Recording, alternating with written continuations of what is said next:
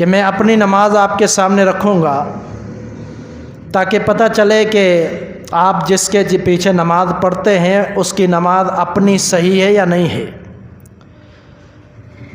امام صحیح العقیدہ ہونا چاہیے، یہ تو اولین شرط ہے کہ امام کا عقیدہ درست ہو تو اس کے پیچھے نماز ہو سکتی ہے، لیکن بندے کو اس وقت اطمینان اور سکون محسوس ہوگا جب اس کو یہ بھی علم ہو کہ جو مجھے نماز پڑھا رہا ہے اس کا طریقہ بالکل رسول اللہ کے مطابق ہے صلی اللہ علیہ وسلم۔ فقد قال اللہ تبارک و تعالی فی مقام آخر فی محکم تنزیلہ وہو اصدق القائلین یا ایہا الذین آمنوا اذا قمتم الى الصلاة فاغسلوا وجوہکم وأيديكم إلى المرافق وامسحوا برؤوسكم وأرجلكم إلى الكعبين وإن كنتم جنبا فاطهروا وإن كنتم مرضى وعلى سفر أو جاء أحد منكم من الغائط أو لامستم النساء فلم تجدوا ماء فتيمموا صعيدا طيبا فامسحوا بوجوهكم وأيديكم منه ما يريد الله ليجعل عليكم من حرج ولكن يريد ليطهركم وليتم نعمته عليكم لعلكم تشكرون۔ مختصر حمد و ثنا درود و سلام کے بعد معزز سامعین، برادران اسلام، واجب الاحترام دوستوں، بزرگوں، بھائیوں، بہنوں، محمد رسول اللہ صلی اللہ علیہ وسلم کا فرمان ذیشان ہے، صحیح بخاری کی حدیث ہے، آپ نے فرمایا کہ صلو کما رأیتمونی اصلی، کہ نماز اس طرح پڑھو جس طرح نماز پڑھتے ہوئے مجھے دیکھتے ہو۔ اب نماز کا مسئلہ یہ صحابہ اکرام سے ہم نے سیکھنا ہے، کیونکہ نبی علیہ السلام نے صحابہ اکرام سے ہی فرمایا تھا کہ جس طرح مجھے دیکھتے ہو اس طرح نماز پڑھو۔ تو اللہ کے رسول صلی اللہ علیہ وسلم کے جو ساتھی تھے انہوں نے ہم تک نماز پہنچائی۔ اب صحابہ اکرام کے اقوال سے یا کتاب و سنت سے جو نماز ثابت ہوگی وہی نماز صحیح ہوگی۔ اگر ان کے اقوال یا اللہ کے رسول کی حدیث ہمارے طریقے کے مخالف ہوئی تو پھر ہماری نماز صحیح نہیں ہے۔ میں نے آپ کو پہلے ہی مطلع کر دیا تھا موضوع کے حوالے سے کہ میں اپنی نماز آپ کے سامنے رکھوں گا تاکہ پتہ چلے کہ آپ جس کے پیچھے نماز پڑھتے ہیں اس کی نماز اپنی صحیح ہے یا نہیں ہے۔ امام صحیح العقیدہ ہونا چاہیے، یہ تو اولین شرط ہے کہ امام کا عقیدہ درست ہو تو اس کے پیچھے نماز ہو سکتی ہے، لیکن بندے کو اس وقت اطمینان اور سکون محسوس ہوگا جب اس کو یہ بھی علم ہو کہ جو مجھے نماز پڑھا رہا ہے اس کا طریقہ بالکل رسول اللہ کے مطابق ہے صلی اللہ علیہ وسلم۔ تو رسول اللہ صلی اللہ علیہ وسلم کی نماز کا طریقہ کیا تھا، آج مختصر وقت میں انشاءاللہ نماز کو ہم بیان کریں گے۔ اللہ کے رسول صلی اللہ علیہ وسلم کی حدیث ہے، سنن ابی داؤد کی، جامع ترمذی کی، آپ نے فرمایا تحریمھا التکبیر و تحلیلھا التسلیم، کہ نماز میں داخل ہونے کا طریقہ اللہ اکبر ہے۔ اللہ اکبر سے نماز اکیلا پڑھ رہا ہے، جماعت سے ہو رہی ہے کہ نفلی نماز ہے، فردی نماز ہے، اللہ اکبر سے نماز شروع ہوگی۔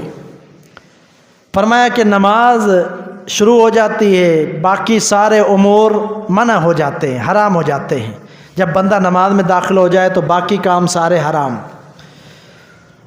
فرمایا وَتَحْلِيلُهَا التسلیم، اور نماز کے بعد کے جو امور ہیں دوسرے کام حلال ہوتے ہیں سلام کے ساتھ، کہ جب بندہ سلام کر دیتا ہے نماز کے آخری تشہد میں دونوں طرف سلام پھیر دیا، اب دوسرے کام اس کے لیے جائز ہو جاتے ہیں، وہ نماز سے فارغ ہو چکا ہے۔ یہ رسول اللہ صلی اللہ علیہ وسلم نے طریقہ بتلایا۔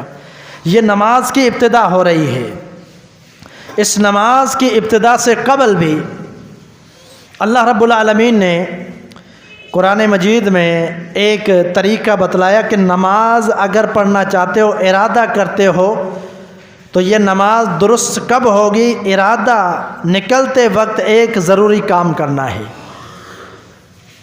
وہ ضروری کام کیا ہے؟ وہ ضروری کام وضو ہے، غسل ہے۔ قرآن مجید کی میں نے آیت پڑھی، سورۃ مائدہ کی آیت، فرمایا رب العالمین نے یا ایھا الذین آمنوا اذا قمتم الی الصلاۃ فاغسلوا وجوہکم وایدیکم الی المرافق، اے ایمان والو جب قصد کر لو، ارادہ کر لو نماز کے لیے، فاغسلوا ایدیکم، سب سے پہلے اپنے ہاتھوں کو دو، سب سے پہلے اپنے ہاتھوں کو دو، پوری کوہنیوں تک ہاتھوں کو دو ہو، اور سر کا مسح کرو، وارجلکم الی الکعبین، اور اپنے ٹخنوں تک اپنے پاؤں کو دو۔ اور فرمایا کہ اگر غسل واجب ہے تو پہلے پاک صاف ہو کر پہلے غسل کر کے پھر نماز کی طرف آؤ۔ اللہ نے اس آیت کے اندر حکم دیا، طریقہ بتلایا، اور فرمایا کہ سب سے پہلے وضو ہے۔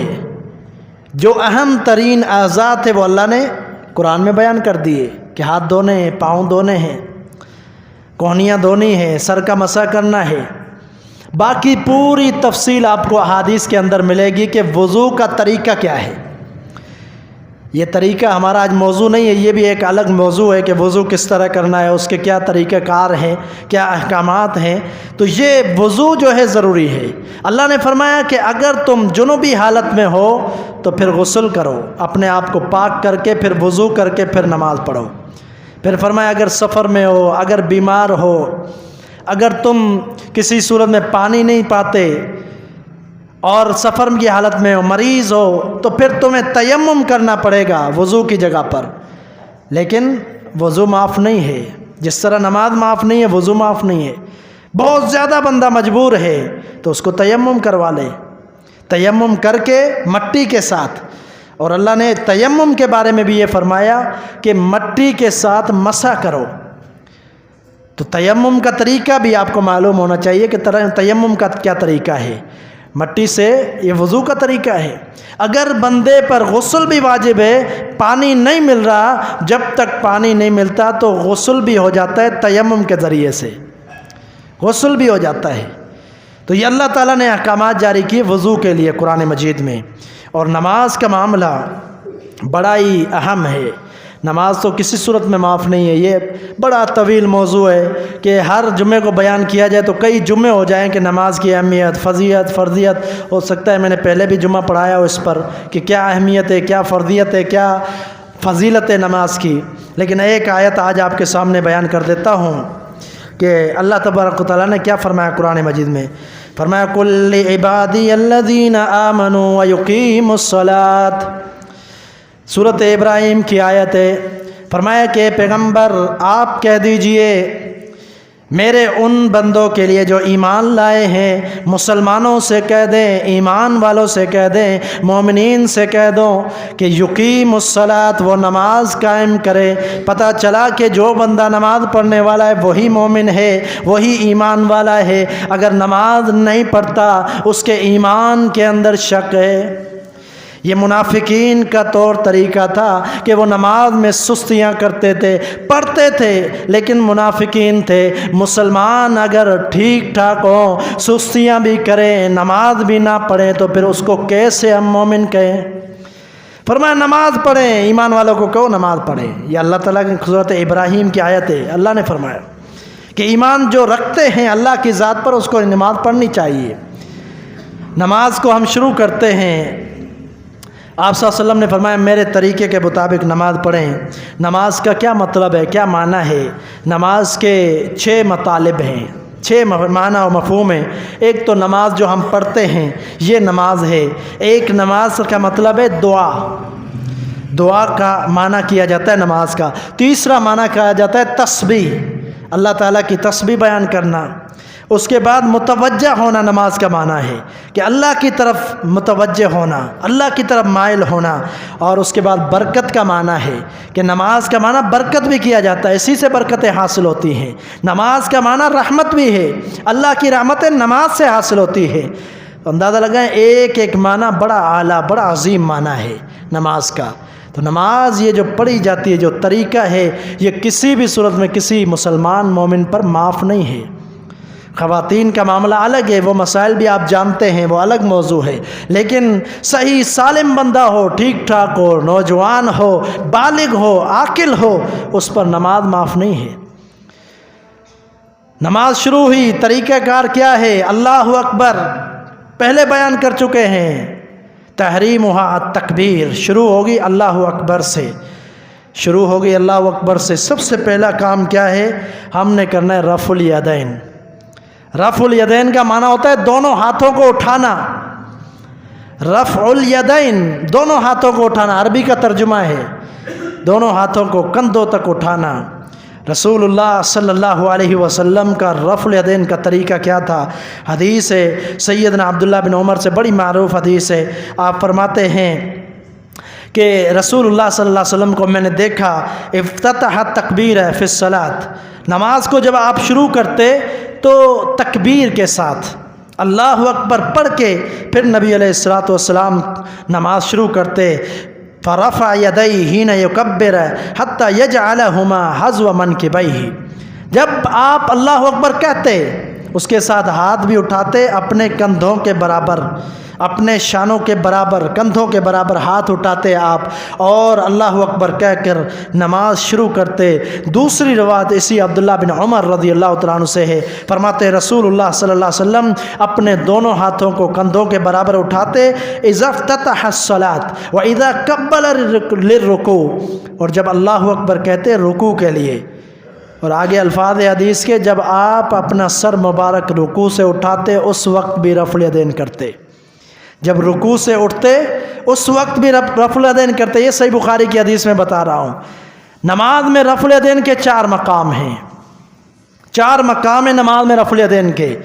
ایک نماز افتتاح شروعات میں رفع الیدین ہے، دوسرا رکوع میں جاتے ہوئے، اور تیسرا رکوع سے اٹھتے ہوئے، اور چوتھا جب آپ 2 رکعتوں کے بعد اٹھتے ہیں، 2 رکعتوں میں تشہد ہوا، تشہد سے آپ اٹھتے ہیں، اس وقت بھی رفع الیدین ہے۔ یہ بھی صحیح احادیث سے ثابت ہے۔ سیدنا علی المرتضیٰ رضی اللہ تعالیٰ عنہ سے حدیث ہے، سنن داؤد، ترمذی، مسند احمد وغیرہ کے اندر، وہ فرماتے ہیں اس حوالے سے نماز کا طریقہ بیان کرتے ہوئے کہ رکوع سے اٹھتے ہوئے، رکوع کے پہلے، رکوع کے بعد، اور 2 رکعتوں سے اٹھتے ہوئے، جب 2 رکعتوں سے اٹھیں تو اس وقت بھی رفع الیدین ہے۔ یہ سیدنا عبداللہ بن عمر سے حدیث ہے، اور سیدنا علی المرتضیٰ رضی اللہ تعالیٰ عنہ سے۔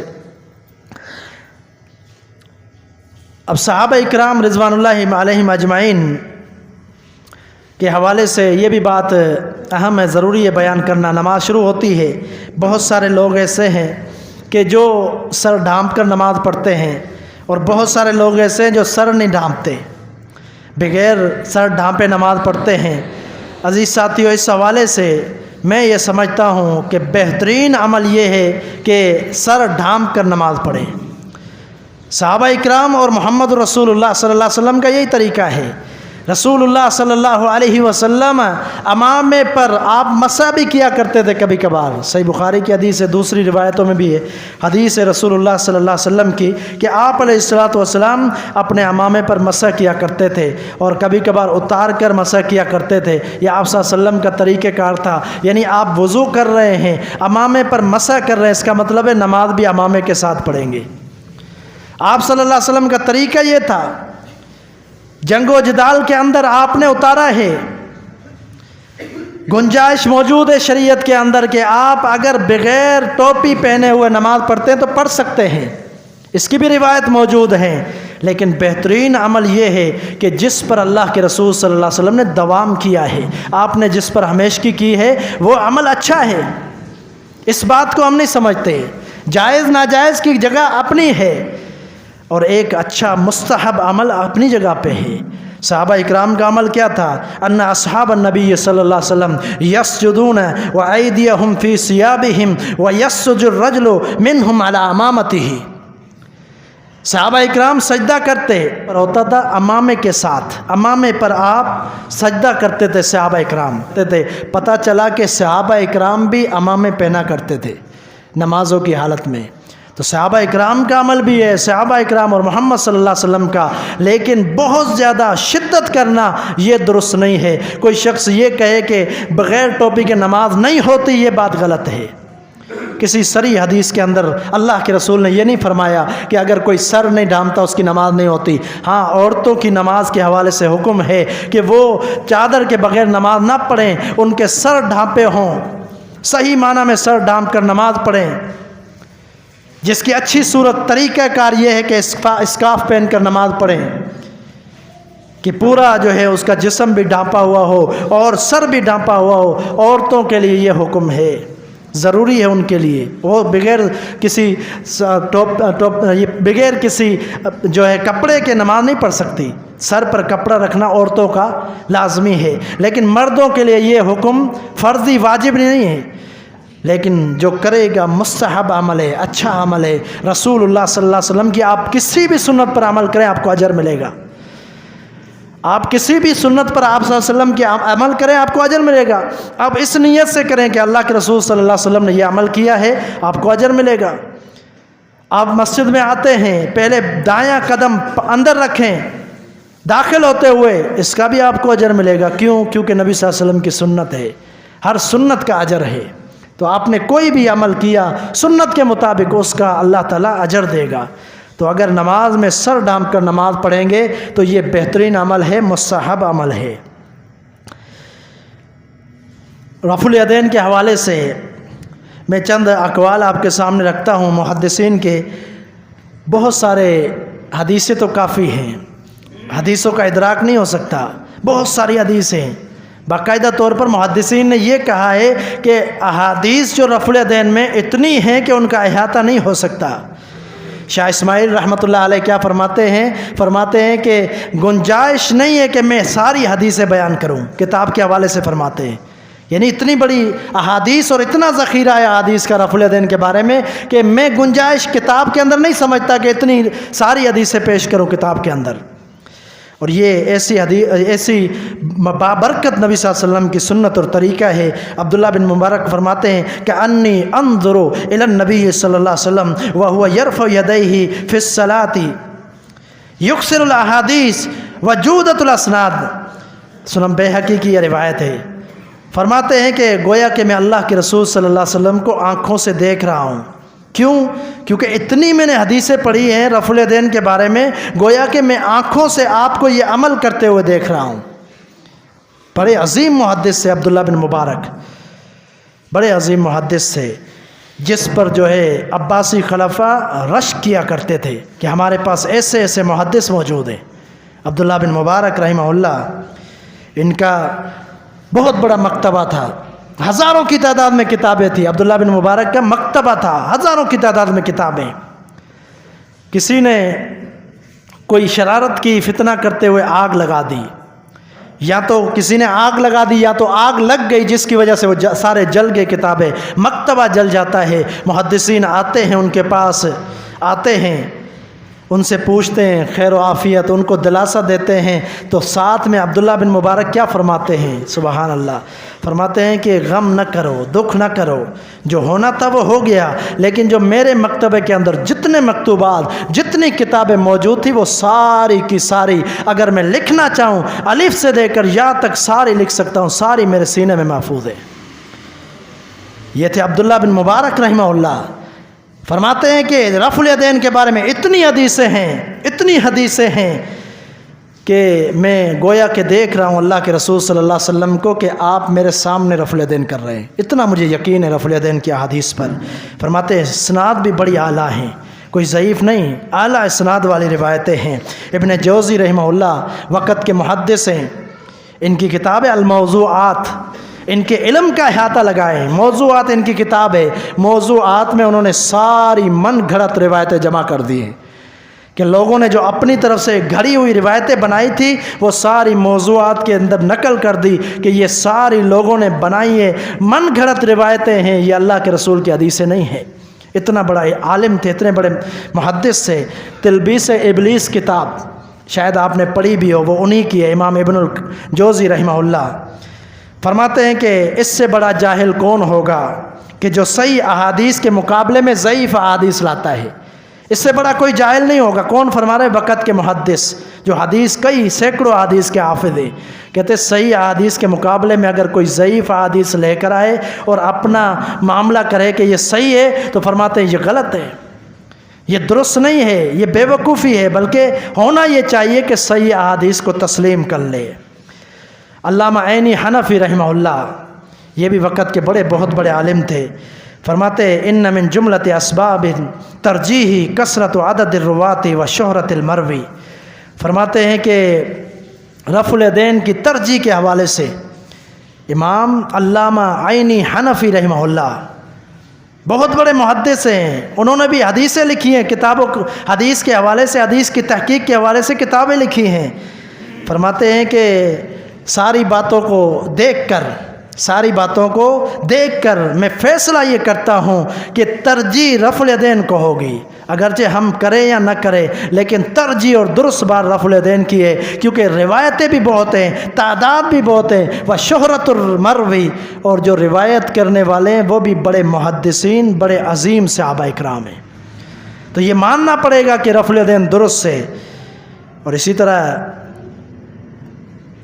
علامہ عبدالحی لکھنوی رحمہ اللہ فرماتے ہیں کہ ان ثبوتہ عن النبی صلی اللہ علیہ وسلم اکثر و ارجح، شکوک و شبہات کی کوئی گنجائش رہتی نہیں ہے۔ کون کہتے ہیں؟ عبدالحی لکھنوی حنفی رحمہ اللہ فرماتے ہیں کہ شکوک و شبہات کی کوئی گنجائش نہیں ہے، کیونکہ رفع الیدین کا جو ثبوت ہے نبی صلی اللہ علیہ وسلم سے وہ بہت ساری احادیث ہیں اور ساری کی ساری صحیح احادیث ہیں۔ اسی طرح امام بلکہ صحابی رسول مالک بن حویرث اور وائل بن حجر یہ 9 ہجری کے اندر مسلمان ہوئے، 9 ہجری، آپ صلی اللہ علیہ وسلم کی وفات سے 2 سال پہلے، یعنی آخری دور ہے آپ صلی اللہ علیہ وسلم کا، 9 ہجری کے اندر مسلمان ہونے والے مالک بن حویرث، وائل بن حجر یہ بھی رفع الیدین کی حدیثیں نقل کرتے ہیں اور بیان کرتے ہیں، جس کی وجہ سے محدثین کے تبصرے ہیں۔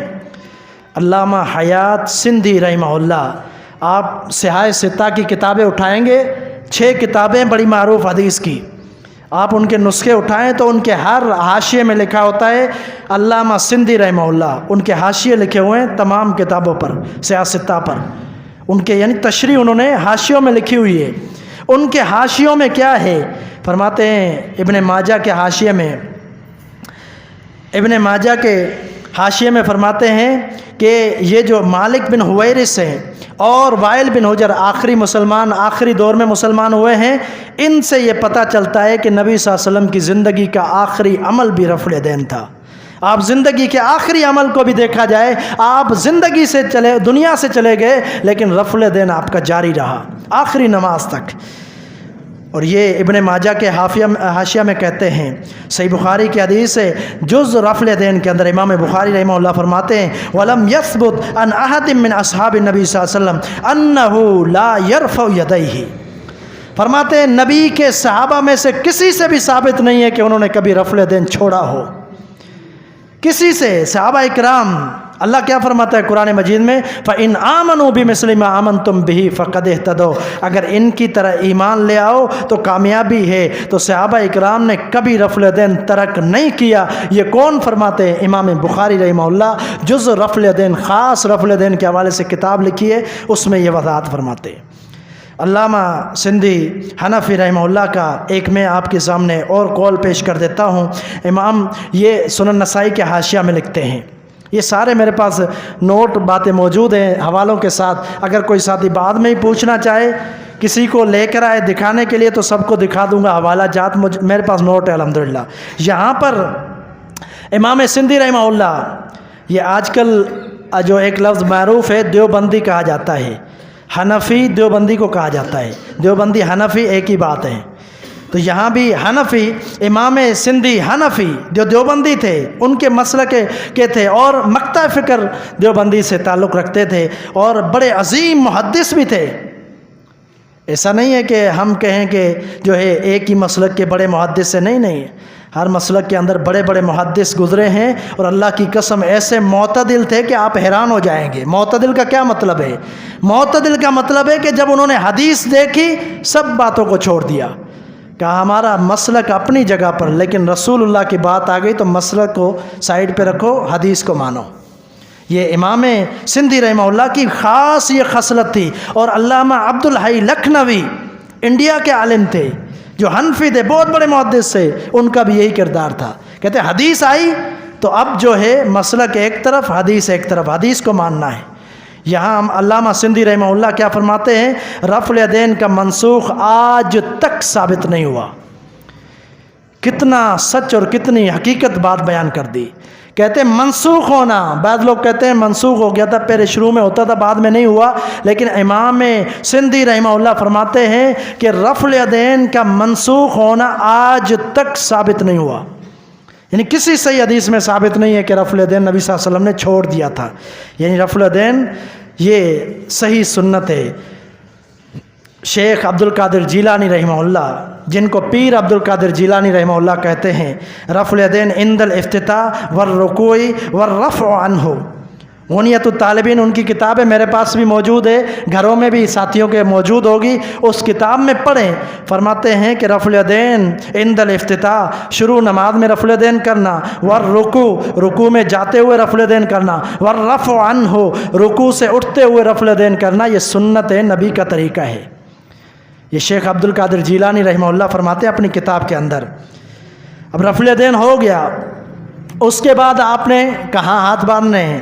ہاتھ باندھنے کا محل صحیح احادیث سے سینہ ہے، ناف سے اوپر سینے پر ہاتھ باندھنا، یہ میں اپنا عمل بتا رہا ہوں، آپ سے اختلاف نہیں ہے، لیکن میں بتا چکا ہوں کہ میں اپنا عمل بتلا رہا ہوں، کہیں کسی کو شک نہ ہو کہ مولوی صاحب بدعتی ہے یا گمراہ ہے، کہ وہ اپنی مرضی سے نماز پڑھ رہا ہے۔ تو میں اپنا عمل بتا رہا ہوں کہ میرا جو عمل ہے وہ کتاب و سنت سے ثابت ہے، میرے پاس پورا کا پورا جو ہے دلائل کے ساتھ کتابوں کی صورت میں، احادیث کی صورت میں محفوظ ہے۔ کسی کو میری نماز دیکھنی ہے، یہ تو میں جمعے میں بیان کر رہا ہوں، آپ ٹائم نکال کر آئیں، میں اپنی نماز پوری آپ کو کتاب و سنت سے ثابت کر کے دوں گا کہ جو میں پڑھ رہا ہوں یہ پیغمبر کا فرمان ہے، پیغمبر کا طریقہ ہے، اپنی مرضی سے نہیں پڑھ رہا۔